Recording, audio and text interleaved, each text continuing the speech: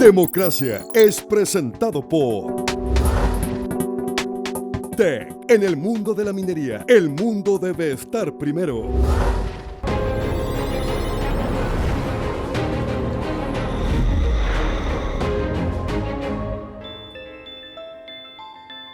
¿Cómo están? Bienvenidas y bienvenidos a Democracia en CNN Chile. El colegio es nuestro primer espacio de socialización, aprendizaje y construcción de acuerdos. La educación nos proporciona el marco social para ser ciudadanos y ciudadanas de un país con una determinada cultura común. Por eso, las aulas son un excelente primer foro para inculcarles a los niños y niñas los valores de la democracia.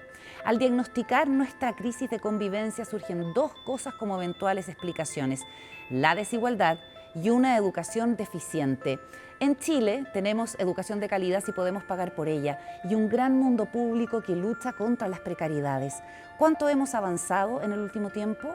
¿Hemos avanzado o hemos retrocedido en materia de educación? ¿Son los casos de éxito una rareza o se extienden en todos nuestros colegios?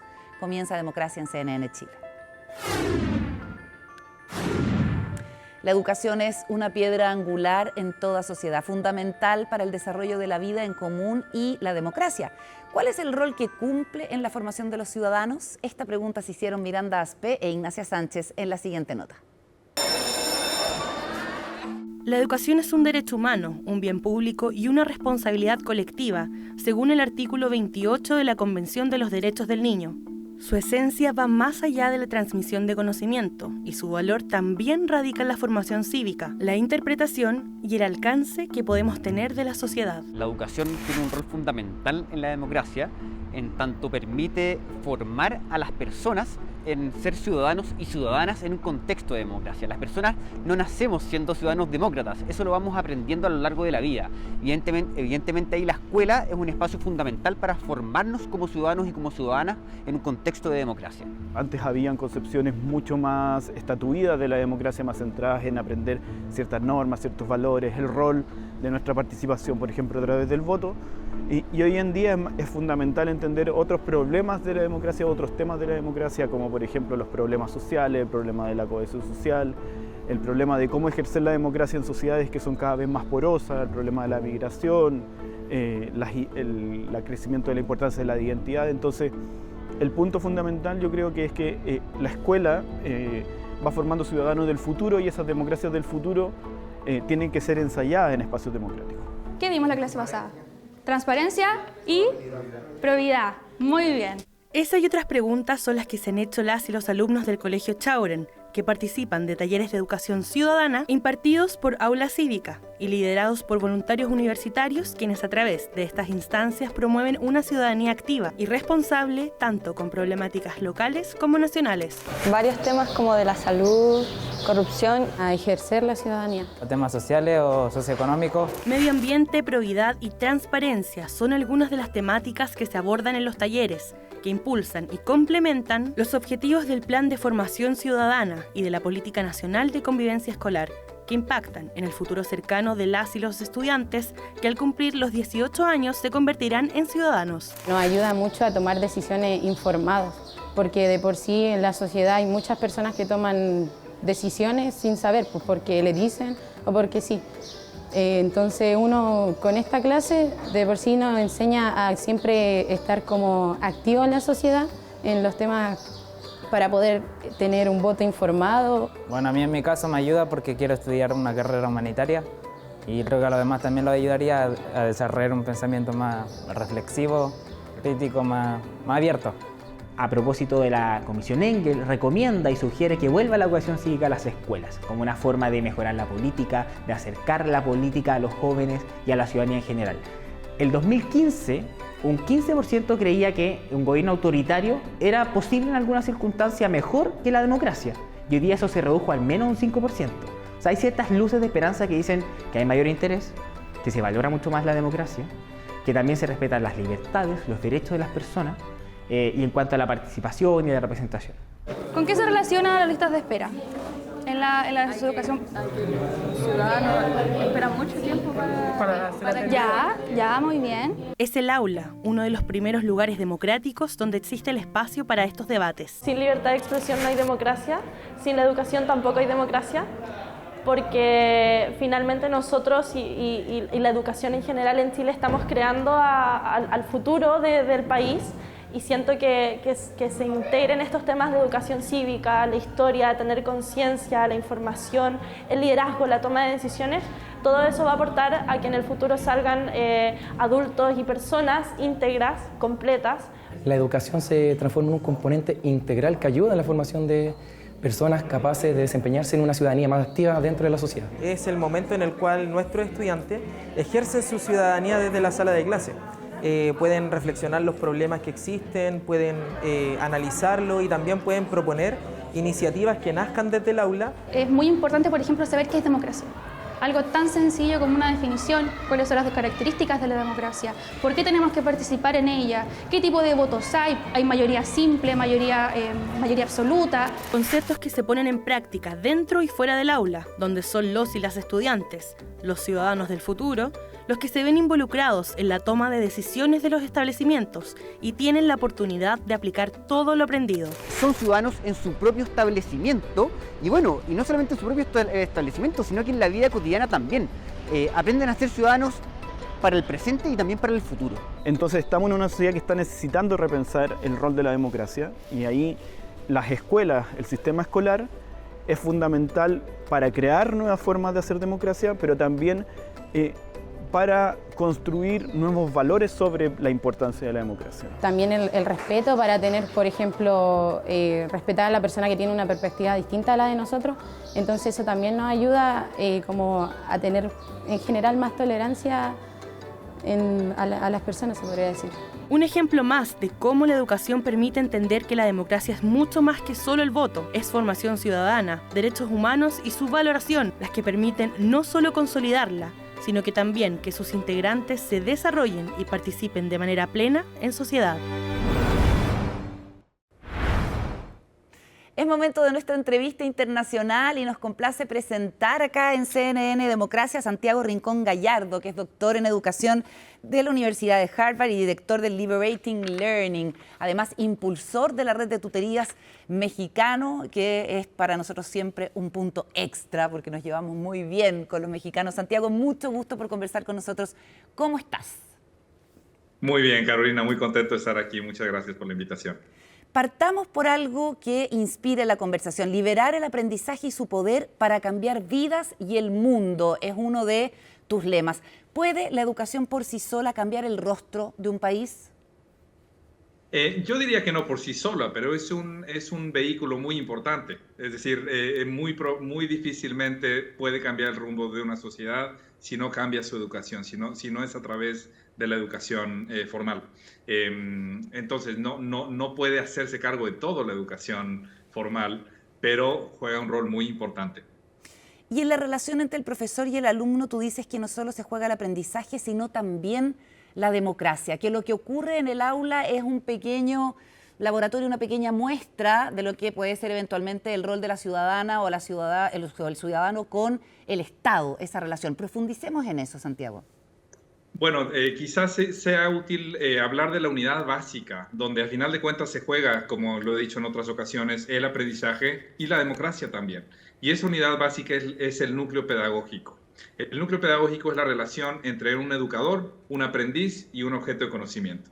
Ahí es donde sucede el aprendizaje o no, pero también ahí es donde sucede la democracia o no. Y déjame explicar un poco por qué esto es tan importante. En la escuela convencional, en la escuela obligatoria masiva que existe en la gran mayoría de los países del mundo, a la que prácticamente todos nosotros asistimos, la configuración del núcleo pedagógico es una que está marcada por relaciones de dominación y control. Hay una diferencia muy marcada, muy clara, que se establece entre el que sabe y el que no sabe, entre el que enseña y el que aprende, entre el que dice lo que se tiene que hacer y el que tiene que obedecer. Es una relación vertical. Esa es la configuración convencional del núcleo pedagógico. Y lo que sabemos es que, y lo que nos dice la investigación educativa más avanzada, es que no es en relaciones de dominación y control donde uno aprende mejor, sino en relaciones más horizontales, de diálogo, de aprendizaje mutuo, en relaciones en las que las dos partes aprenden y se transforman en el proceso. Así es como sucede el buen aprendizaje, pero también así es como sucede la democracia. Decía que el núcleo pedagógico es la unidad donde se juega la democracia porque, a final de cuentas, en el núcleo pedagógico hay en juego relaciones de poder. Y en la configuración convencional del núcleo pedagógico, que es una de dominación y control, el tipo de mentalidades, de actitudes, de creencias que uno cultiva, no de manera intencional, pero muy efectiva, es el tipo de actitudes, creencias que sostienen a los regímenes autoritarios en relaciones de dominación y control, cuando los estudiantes están siempre en desventaja, siempre abajo, siempre en desventaja. Lo que sucede es que uno empieza a desarrollar dependencia, a estar solo a la espera de que le digan qué tiene que hacer, en fin. Y ahí es donde se juega entonces la democracia, porque la escuela es el lugar donde nuestros niños, nuestros jóvenes pasan la mayoría del tiempo en el que son niños y son jóvenes. La mayoría del tiempo que están despiertos están en una escuela.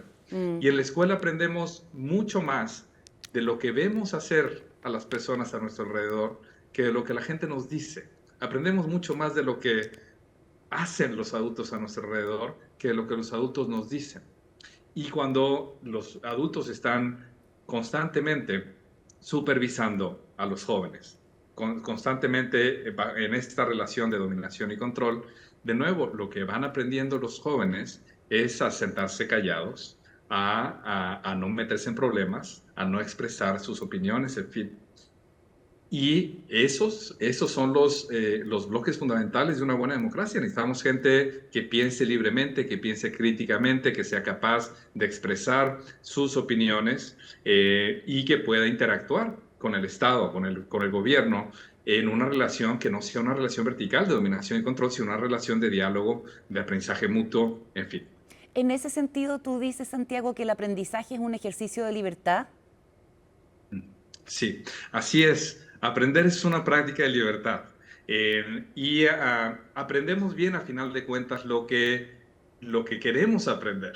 Aprendemos bien cuando tenemos cierta autonomía para definir qué vamos a aprender, cómo, con quién, en fin. Cuando uno piensa en lo que sabemos hacer muy bien y cómo lo aprendimos, lo que queda muy claro es que aprendemos en condiciones de libertad. Alison Gopnik, que es una de las expertas internacionales más reconocidas en el campo del desarrollo de la mente de los niños y de los bebés, lo que dice después de décadas de investigación con niños es, a final de cuentas, no podemos hacer aprender a los niños, tan solo los podemos dejar aprender.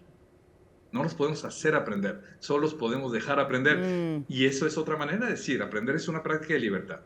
Y es una práctica de libertad también porque para aprender uno tiene que sentirse a salvo, seguro, para intentar hacer las cosas de manera distinta, para tropezarse, para equivocarse y volverse a levantar. Y eso requiere libertad. Nuestros niños, nuestros bebés son extraordinarios para hacer eso cuando están fuera de la escuela. Pero una de las primeras cosas que aprendemos en la escuela es el miedo a equivocarnos y a salirnos de la caja, a pensar de manera distinta. Ese miedo entonces lo que va haciendo es enterrar un poder para el que estamos dotados biológicamente los humanos, que es el poder que tenemos para aprender, nuestro poder para aprender. Y se va enterrando bajo una serie de cargas de creencias muy pesadas que vamos aprendiendo, sobre todo en la escuela, que soy muy distraído, que hablo mucho, que hago muchas preguntas, que no soy bueno para las matemáticas, que soy burro. Todo este tipo de creencias terminan por enterrar el poder para aprender que reside en cada niño, en cada niña, en cada joven en el mundo. Entiendo. Y nuestro trabajo es entonces empezar a crear las condiciones donde los niños, niñas, jóvenes redescubran su poder para aprender. Y de eso es lo que se trata, liberar el aprendizaje. Entiendo. Una postura autoritaria no sirve, no colabora con un buen aprendizaje. Pero quisiera preguntarte qué pasa con el principio de autoridad, que uno consideraría deseable en una sociedad que funciona, ¿no? Claro, bueno, cuando uno habla del cambio en el núcleo pedagógico del que estoy hablando aquí, en el que el vínculo es un vínculo más bien de diálogo, de colaboración, de solidaridad, de cariño, eso no quiere decir que se disuelve la autoridad del maestro, pero cambia la naturaleza de su autoridad, ¿ok? El maestro pasa de ser el que sabe a convertirse en el experto en aprender, el que sabe aprender bien. Así como un buen maestro carpintero deriva su autoridad de su capacidad para hacer bonitos muebles, o el maestro chef que deriva su autoridad de su capacidad para cocinar platillos con creatividad y con calidad. De la misma manera que un científico se reconoce como científico y se reconoce su autoridad por el hecho de que sabe hacer bien investigación científica. Lo mismo en el caso de la educación. La autoridad de los profesores, de quienes educan, se centraría en su capacidad para aprender. Ese sería el rol, los maestros deberían de ser el role model del que sabe y más bien se convertirían en el role model del que aprende. No quiere decir que los maestros no deban saber, desde luego que deben saber, pero lo que debemos modelar a nuestros estudiantes es la práctica de aprender. Y eso de hecho deriva en un tipo de autoridad mucho más sólida, mucho más sostenible que la autoridad que está basada simplemente en el control. Porque cuando los chicos ven en el adulto a alguien que tienen una competencia, que ellos aspiran a desarrollar, se gana una autoridad mucho más profunda, mucho más robusta, pero que no se basa en el control y la dominación, sino en la personificación del tipo de práctica que uno quiere cultivar en los niños, que es la práctica de aprender y aprender bien. Santiago, estamos viviendo un tiempo, tú mismo lo mencionaste, de regresión autoritaria en muchos países del mundo, de polarización, de dificultad de llegar a acuerdos, de experimentos que muchas veces ponen en riesgo nuestra democracia. ¿Cómo ves el rol de la educación en el aula, en las comunidades educativas, para ser conscientes de este riesgo y eventualmente poder combatirlo?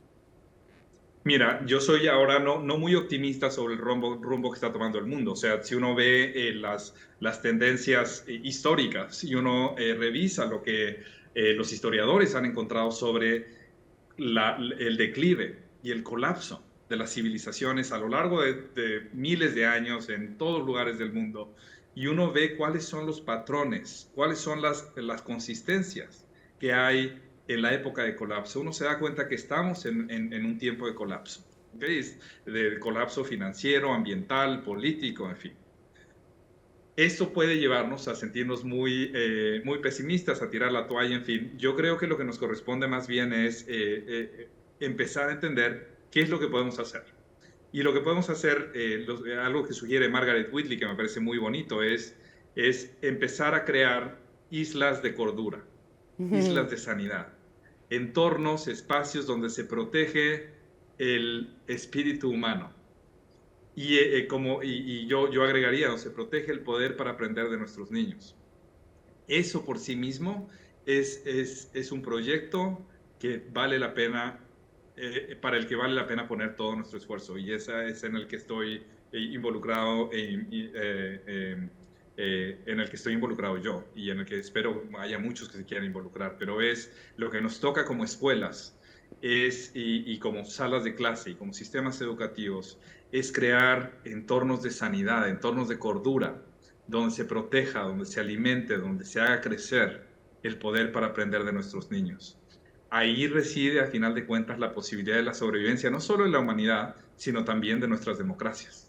Las escuelas entonces debieran convertirse, la invitación que he hecho a los educadores, líderes con los que interactúo con alguna regularidad a lo largo de distintas partes del mundo, es a crear santuarios, verdaderos santuarios que protejan el poder para aprender de nuestros niños. De eso depende, yo creo, en gran medida la sobrevivencia de los humanos, de la humanidad, pero también de instituciones como la democracia. Cuando los niños aprendan a relacionarse con los adultos, tengan oportunidad de estar en entornos donde pueden relacionarse con los adultos en pie de igualdad, donde ellos se sientan apoyados y desafiados, pero al mismo tiempo también pueden aportar al crecimiento y al aprendizaje de los adultos. Vamos a estar creando las mentalidades, el tipo de creencias, el tipo de comportamientos que van a ser necesarios para reconstituir las democracias más allá del colapso en el que nos estamos inmersos ahora. Es una idea maravillosa que nos da mucha esperanza. Santiago, muchas gracias por compartirla y compartir esta conversación con nosotros. Un abrazo a la distancia. Un gran saludo, Carolina. Muchísimas gracias. Un gusto estar contigo. Nos vamos a la pausa en Democracia, ya seguimos con más.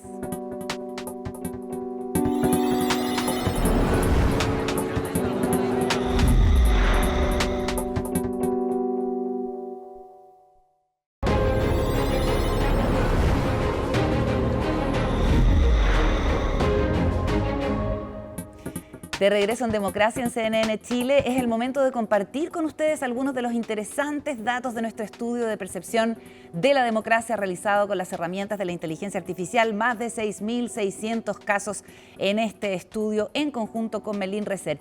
Esta vez quisimos ver la percepción de la democracia según el nivel educativo de nuestros encuestados para ver si hay diferencias en las percepciones y en las opiniones de las personas, y sí que las hay. En nuestra primera gráfica, ¿qué es la democracia para ti en tus propias palabras? Vean la diferencia entre quienes tienen educación universitaria completa y estudios de posgrado con quienes tienen una educación más precaria, media, incompleta o menos o media completa. Vemos que es más importante para las personas con más educación la valoración de la democracia como un sistema de gobierno y como una forma de tomar decisiones, es decir, una dimensión operativa, podríamos decir, de la democracia. En la próxima gráfica vemos que a medida que aumenta el nivel educativo, la percepción de la participación ciudadana tiene más valoración como aspecto de la democracia. Lo más valorado de la democracia, la participación ciudadana.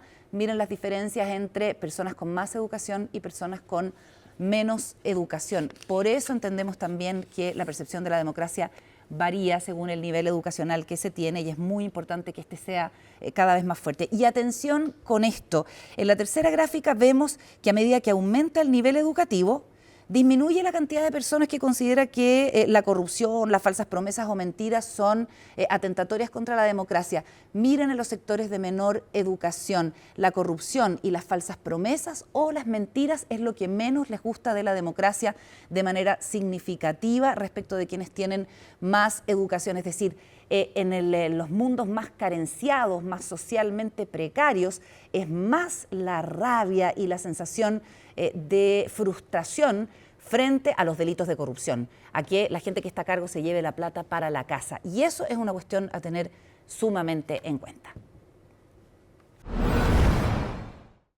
Y nuestro panel ya está listo para iniciar la conversación que nos gusta hacer acá en Democracia y profundizar desde otro punto de vista de cuestiones que son tan fundamentales. Dante Contreras, te damos la bienvenida, economista, subdirector de Dimensiones Socioeconómicas del COES, profesor del Departamento de Economía de la Universidad de Chile. ¿Cómo estás, Dante? Muy bien, muchas gracias por la invitación. Tanto tiempo sin verte. Y estamos con Francisca Elgueta, que es profesora y ganadora del Global Teacher Prize de Chile y que trabaja en la Fundación Súmate. Bienvenida, Francisca, y felicitaciones en primer lugar por ese premio a nivel local y que también tiene una versión a nivel internacional, ¿cierto? Que premia las mejores prácticas en el aula. Empecemos con una definición bien general desde sus respectivos quehaceres, tú desde el mundo de la academia, de las ideas, y tú desde el mundo de la sala de clases. ¿Cómo definirían el momento actual de la educación chilena? Dante. A ver, yo diría que el momento de la educación chilena es un momento complejo. Y visto esto en un horizonte de más largo plazo, yo diría que esta situación de complejidad es una situación que se arrastra hace mucho tiempo. Tenemos un sistema educacional que exhibe importantes brechas internas y externas. Internas en el sentido de que las brechas educacionales por nivel socioeconómico son muy profundas, son muy significativas en este país. No es lo mismo educarse en un ambiente de colegios de élite que en un colegio público. Y además de eso, si a eso tú le agregas la brecha externa, es decir, cómo nos comparamos nuestro sistema educacional con el resto del mundo, ahí también tenemos una brecha muy importante. Es decir, nosotros tenemos como país un sistema educativo que está muy rezagado respecto al mundo desarrollado. Cuando tú lo piensas, por ejemplo, ambos efectos, la brecha interna y la externa, en términos como de los desafíos futuros que tiene el mundo, no solo Chile, sino que el mundo con la automatización, con los cambios tecnológicos que se nos vienen, la situación es bastante preocupante. Vamos a ver si es que hemos mejorado o si hemos empeorado desde que la educación se convirtió en un tema central en las últimas décadas en nuestro país. ¿Cómo lo ves desde tu quehacer, Francisca, al momento actual? Mira, yo creo que, bueno, hoy día la discusión educativa está llena de estos hashtags como crisis, urgencia. Yo creo que estamos frente como un escenario de oportunidades, de posibilidades. Yo creo que la pandemia lo que hizo fue como evidenciar algo que venía arrastrándose hace mucho tiempo, que tiene que ver como el cómo readaptamos, repensamos un poco nuestra educación a una que se adapte hoy día a un mundo que es cambiante, a un mundo que es volátil, que presenta nuevos desafíos y que claramente la educación que teníamos era más propia, ¿no es cierto?, del siglo XIX, una educación mucho más mecanizada, más contenidista, más memorística, y que hoy día en el fondo como que no responde a estas nuevas necesidades. Yo creo que la pandemia como que vino a brindar esa oportunidad de remirar el sistema educativo, darnos cuenta de que a muchos estudiantes no les hacía sentido, de que a muchos actores del mundo educativo también no les hace sentido, y que hoy día también nos sumamos a algo que si bien estoy muy de acuerdo que hay muchos factores que son internos y son propios de nuestra realidad y los tenemos que mirar desde acá, también responden como yo creo que a una reevaluación del sistema educativo a nivel mundial. Creo que estamos todos tratando de buscar como ese nuevo norte y cómo creamos una educación que haga sentido y que ayude a resolver los desafíos que estamos enfrentando hoy día. Si hablamos de educación y democracia, probablemente encontremos que el aula o el espacio del colegio es uno privilegiado para hacer las primeras negociaciones, los primeros acuerdos, las primeras miradas comunes sobre una identidad común, sobre una cultura común. Por eso uno entiende que es tan importante además la educación, ¿cierto? Porque allí se forja la comprensión del ciudadano, del entorno en el que vive y de la democracia. ¿Compartes, Dante, cuán importante crees tú que es el espacio del colegio para convertirse en un ciudadano o ciudadana del propio país? O sea, me parece que es de primera importancia, no solamente por la interacción que tú señalas o las potenciales interacciones o negociaciones o espacios de diálogo que se pueden generar en un aula, sino también por el espacio de conocimientos que se pueden adquirir durante el proceso educativo y cómo eso te proyecta finalmente para incluirte en una sociedad y hacerte un ciudadano partícipe de las decisiones. También, y sin embargo, creo que es importante señalar que los estudiantes cada vez más y la sociedad en general se da cuenta de la importancia de las brechas educacionales que existen en el país. Entonces, este ejercicio, esta pregunta que tú haces respecto a la percepción o cómo el aula interactúa con la democracia, nos tiene que hacer preguntarnos, por ejemplo, si es que yo estoy en un aula, en un sector vulnerable, ¿cómo me percibo respecto a una persona o a otro estudiante que está en un aula de un sector acomodado?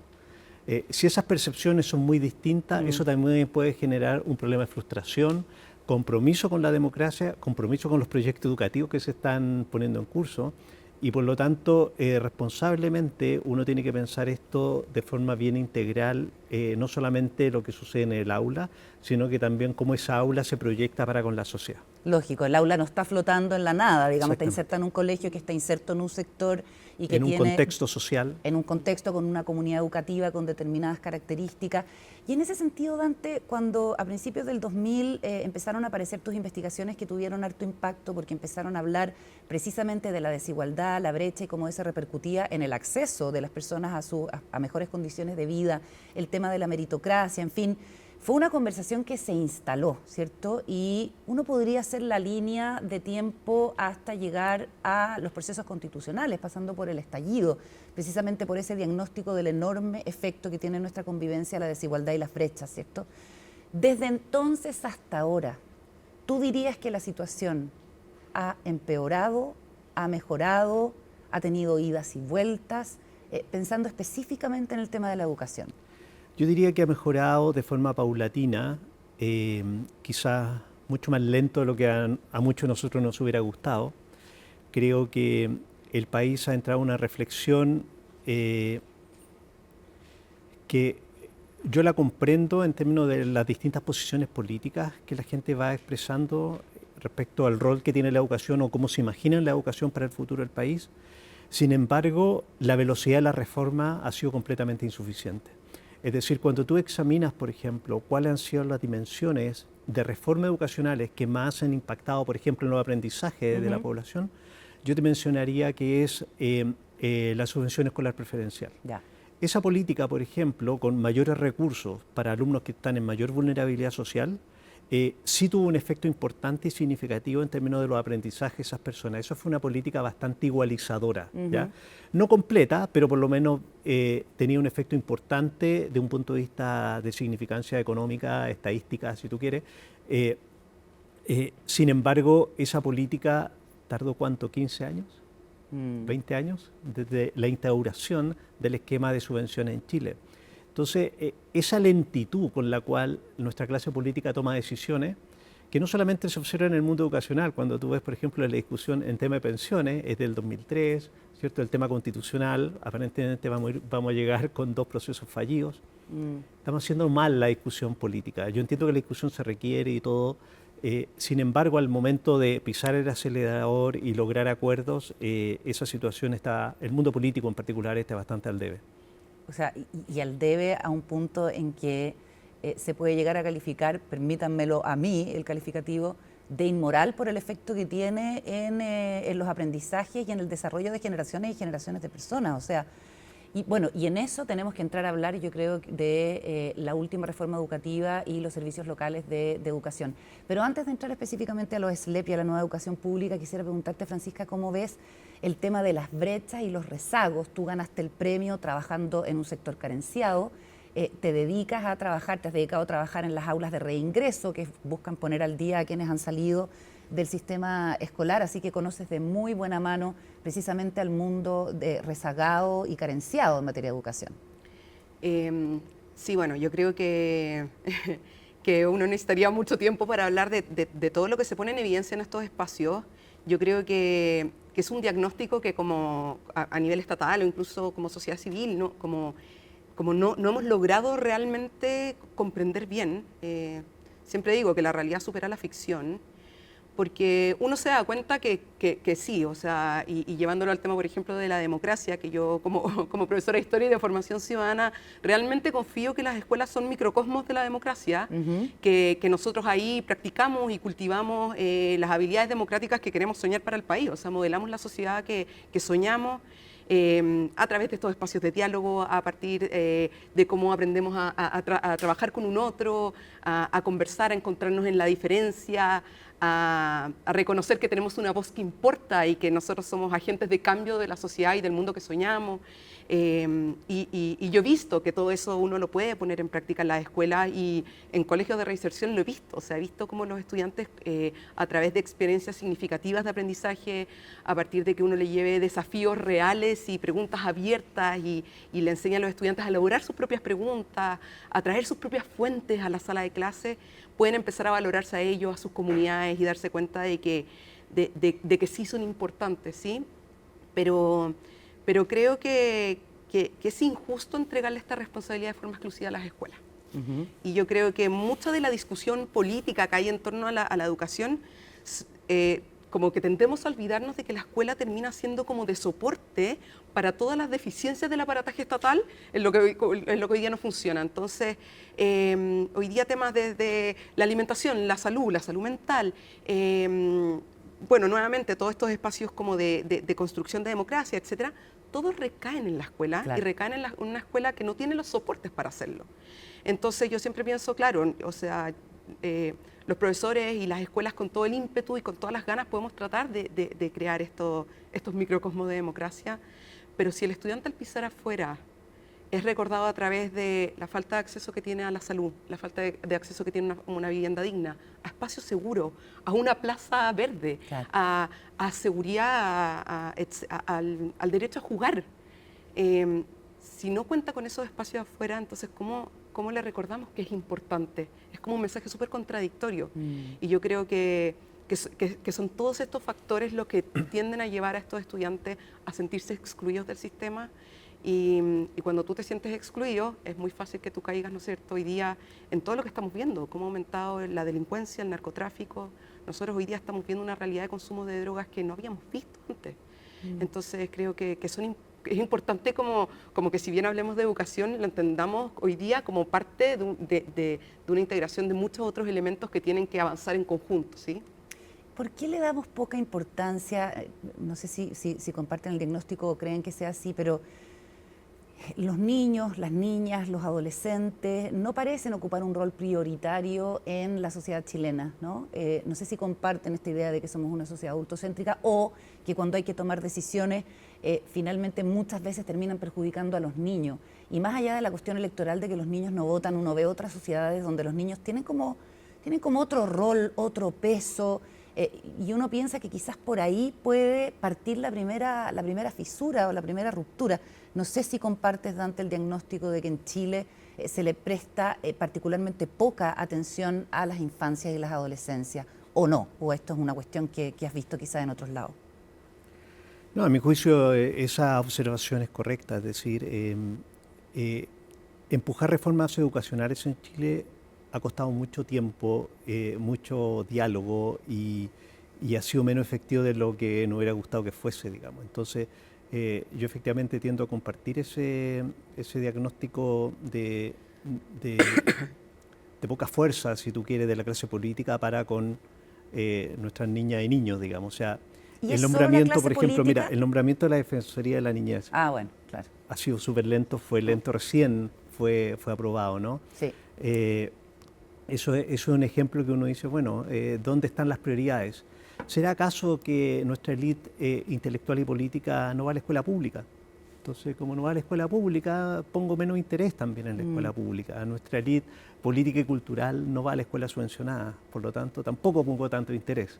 No entiendo los recursos, no entiendo los contextos, no entiendo las deficiencias, no entiendo los entornos de violencia, de riesgo, de acceso al narcotráfico, por ejemplo, o a caer en violencia. Así que yo no entiendo eso. Difícilmente voy a poner mi esfuerzo, mi corazón, mi mente y mi tiempo, ¿verdad?, en empujar políticas en esa dirección. La desconexión, al final del día, a mi juicio, entre una élite muy desacoplada del resto de la población es causa de este problema. ¿Incluso en esta generación política que está gobernando? ¿O tú ves ahí algún cambio? Porque ellos entraron, digamos, empujando la reivindicación de una educación pública, gratuita, de calidad. A mí me parece que esta generación política que nos gobierna hoy día efectivamente tiene mayor cercanía con los temas que yo he mencionado. Sin embargo, también requiere negociar con distintos actores políticos de tal forma de empujar esta medida. Yo creo que ahí ha estado el problema, digamos, básicamente.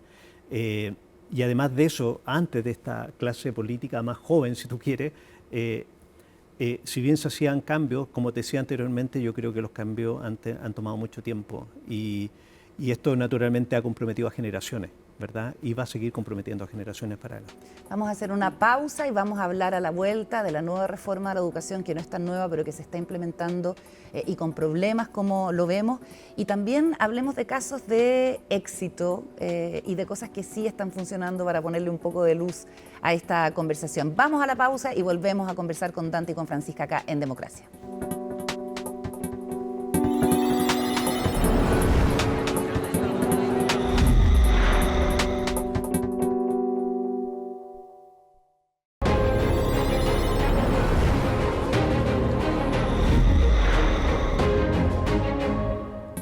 De regreso en Democracia, hablando hoy de educación con Dante Contreras y Francisca Elgueta. Francisca, tú trabajas en aulas de reingreso o en colegios que reintegran a las personas que han estado fuera del sistema escolar por distintas razones, que no nos gusta llamarle desertores porque es como que fueran sujetos activos en una cuestión en que prácticamente o básicamente son víctimas, ¿cierto? Entonces, cuéntanos si es que ese tipo de escuela tiene, por ejemplo, una subvención especial, preferencial, a propósito de lo que decía Dante, la necesidad de políticas públicas que sean ágiles y específicas para las distintas realidades educativas. Sí, mira, primero para un poco de contexto, las escuelas de reingreso en el fondo son escuelas para estudiantes que tienen 2 o más años de fase escolar, que son producto de muchas circunstancias, ¿sí? Todas tienen el patrón común, ¿no es cierto?, que son historias de exclusión, de vulneración de derechos, pero que tiene que ver desde familias muy frágiles y situaciones intermitentes en hogares del Sename, detención juvenil, rehabilitación, situación de calle, En fin, es un mundo, ¿no es cierto?, la cantidad como de circunstancias distintas que llevan un estudiante y estoy muy de acuerdo contigo, ¿cierto?, que no podemos decir que una niña, un niño, una niña, un joven desertó, porque en el fondo no debería tener ni siquiera la opción de desertar, sino que fue excluido del sistema. Y claro, en el fondo entonces vienen acá como a reinsertarse y eventualmente, si es que alcanzan a cumplir esa brecha, a volver al sistema regular. Hoy día, después de la pandemia, estos años se multiplicaron, entonces hoy día tenemos estudiantes que pueden tener de fase de 6 años o incluso más, que habla, ¿no es cierto?, de una gravedad sistémica muy potente. Y claro, entiendo que hace ya un tiempo que se está tramitando esta subvención especial para escuelas de reingreso, porque lo que termina sucediendo es que como muchos de los estudiantes ya alcanzan como la edad de adultez, pero en el fondo nosotros todos sabemos que un niño joven de 18 años sigue siendo un joven en el fondo. Claro. Muchos de ellos caen ya en la categoría de educación para jóvenes y adultos, y la subvención para educación para jóvenes y adultos es mucho menor. Entonces lo que termina pasando es que nos imaginamos, ¿no es cierto?, hay claridad de que hoy día para reinsertar a un estudiante uno necesita un sinfín, un aparataje muy potente, o sea, no basta solamente con que exista la escuela y el profesor o la profesora, necesitamos asistentes sociales, necesitamos psicólogos, necesitamos abogados, necesitamos, qué sé yo, un sinfín de que no están. Claro, porque la ley en ese sentido es ciega, no ve las particularidades de la realidad. Exactamente. Entonces hoy día, claro, entra a través de fundaciones o a través de financiamientos externos, pero que no, ya lo hemos visto en el proceso, o sea, desde la fundación en la que trabajo yo hemos visto como, claro, como en el fondo la plata no alcanza y se van cerrando escuelas y se van achicando los espacios y corren peligro de no poder financiarse y que dejemos a todos estos chicos fuera. Dante, ¿cómo afecta la, podríamos decir, incompetencia, la falta de servicio del Estado a la cohesión social en casos como estos? Bueno, es evidente que cuando hay niños que por alguna razón no están siendo incluidos en el sistema escolar, están siendo tentados por un ambiente cercano al mundo del crimen o al narcotráfico o a otro riesgo de tipo social, embarazo adolescente, etcétera, naturalmente eso va a tener consecuencias no solamente de corto plazo, sino que de mediano y de largo plazo respecto a la inserción de todas esas personas en la sociedad del mañana o del futuro. Por lo tanto, eso es una línea directa que afecta a la línea de flotación de una cohesión social en Chile. Cuando no existe integración de alumnos de distintas realidades socioeconómicas, de distintas diversidades culturales, étnicas, etcétera, naturalmente eso va a tener consecuencias sobre la cohesión social. Nuestro sistema educacional es un sistema extremadamente segregado, ¿sí? Segregado no solamente por la geografía que ofrece nuestro país, sino que también segregado por nivel socioeconómico, te das cuenta, segregado por elementos valóricos muchas veces o tipo de selección que realizan algunos establecimientos. Entonces, naturalmente, toda esa segregación se traduce al final del día en una menor cohesión social. El inverso de esto sería integración de estudiantes, ¿cierto?, y de sus familias, de las comunidades educativas. Naturalmente eso llevaría a una mejor convivencia. Ahora, ha habido modificaciones, tenemos la ley de ingreso escolar dictada en el gobierno de la presidenta Michelle Bachelet, cuyos críticos mencionan como la tómbola, de manera bastante, digamos, insultante, podríamos decir, ¿cierto? ¿Cómo evalúas esa política específica en materia de integración? Y entremos también a el tema de la nueva educación pública, con el caso de Atacama, que ha sido el más visible, pero con esta política pública que busca sacar de los municipios a los colegios, que vuelvan a tener una dependencia centralizada, pero con particularidades regionales a través de los servicios. Sí, mira, las propuestas educacionales que se llevaron a cabo durante el gobierno de la presidenta Bachelet en su segundo periodo, a mi juicio apuntan correctamente en varias dimensiones. La primera de ellas es justamente evitar una práctica que se había hecho masiva en el sistema escolar chileno, que tenía que ver con la selección de estudiantes. Entonces, cuando yo selecciono estudiantes, ¿cierto?, y elijo a estudiantes con mejor rendimiento, con mejores recursos en el hogar, con mejor capital social o cultural, naturalmente después de eso me llevaba a mostrar mejores resultados en las pruebas CIMSE o PSU o lo que sea. Sin embargo, eso escondía toda la práctica de selección, digamos. Es decir, no era posible separar cuánto era selección y cuánto era la contribución efectiva de los colegios. Entonces, una política como el sistema de admisión escolar lo que buscaba era eliminar o evitar o reducir el efecto de los procesos de selección en el proceso, y por eso se genera este sistema centralizado de acceso a la educación escolar. Por un tema de ignorancia, la gente le llama tómbola, pero es un algoritmo.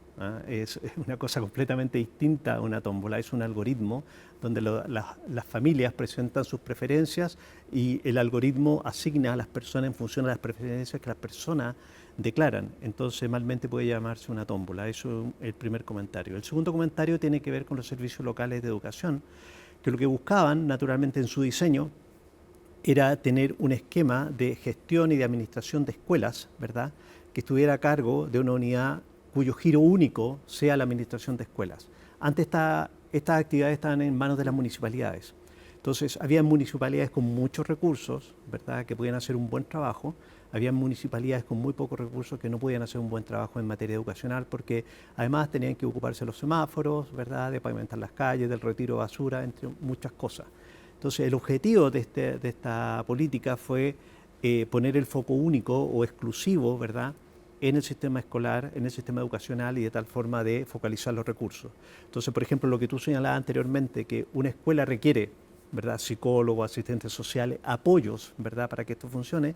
En el diseño original, al menos, estos servicios locales de educación podían tener estos servicios y que podían brindarle estos servicios al conjunto de escuelas que estos servicios locales de educación iban a atender. ¿Y en la práctica cómo ha sido? Bueno, una cosa es el diseño, otra cosa es la práctica, ¿verdad? Bueno, el ejemplo de Atacama muestra que tenemos problemas. ¿Te das cuenta? Ciertamente hay un problema ahí y ciertamente hay un problema que habría que resolver y ojalá lo más rápido posible.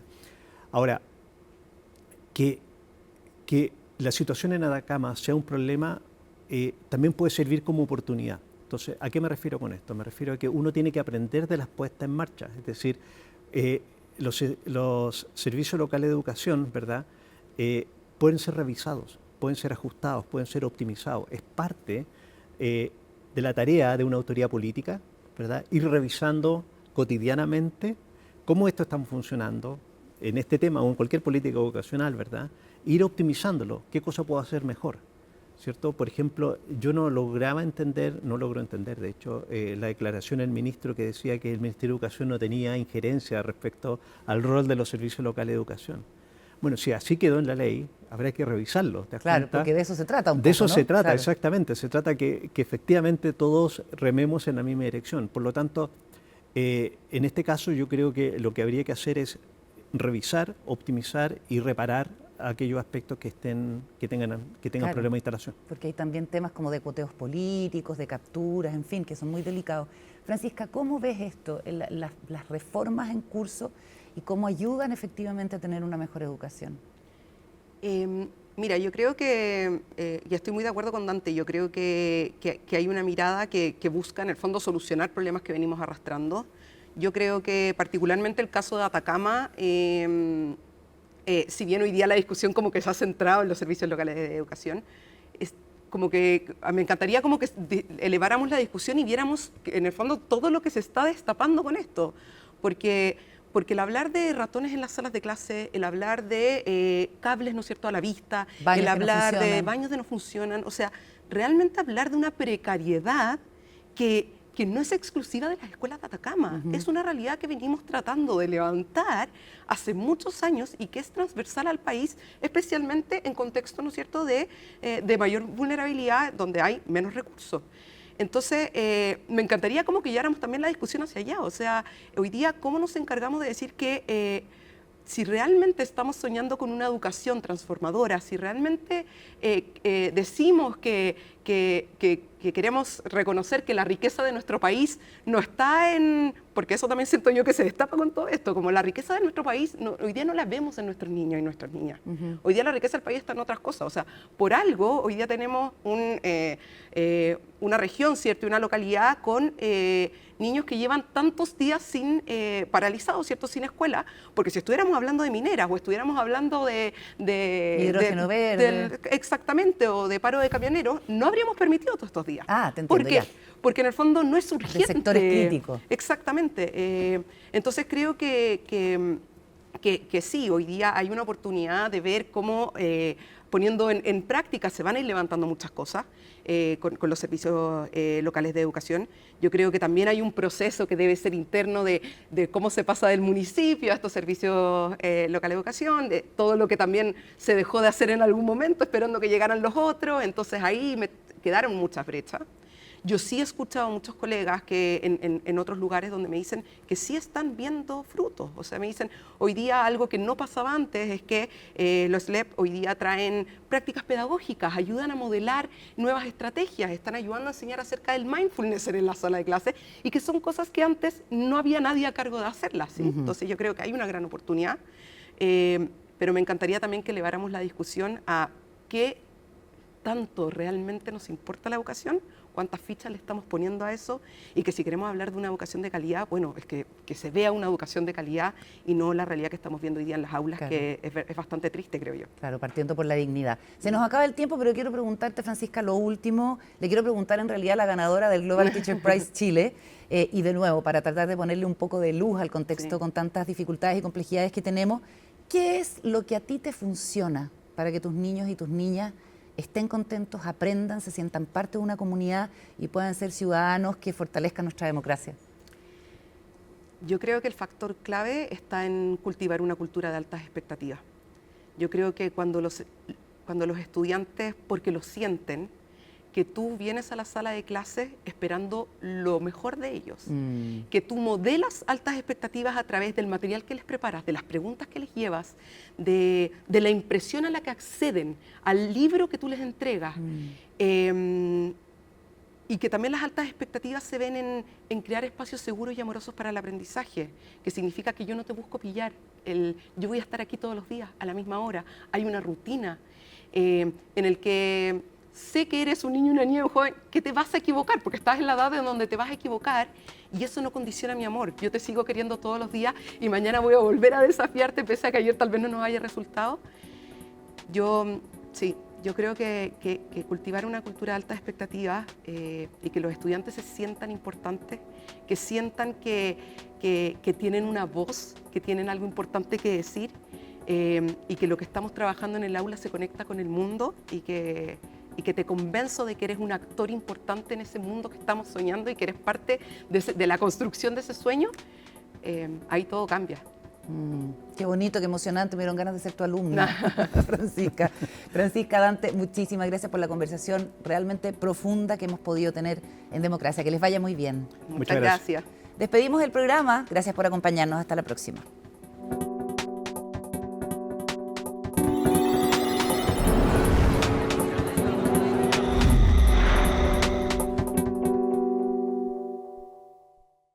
Democracia fue presentado por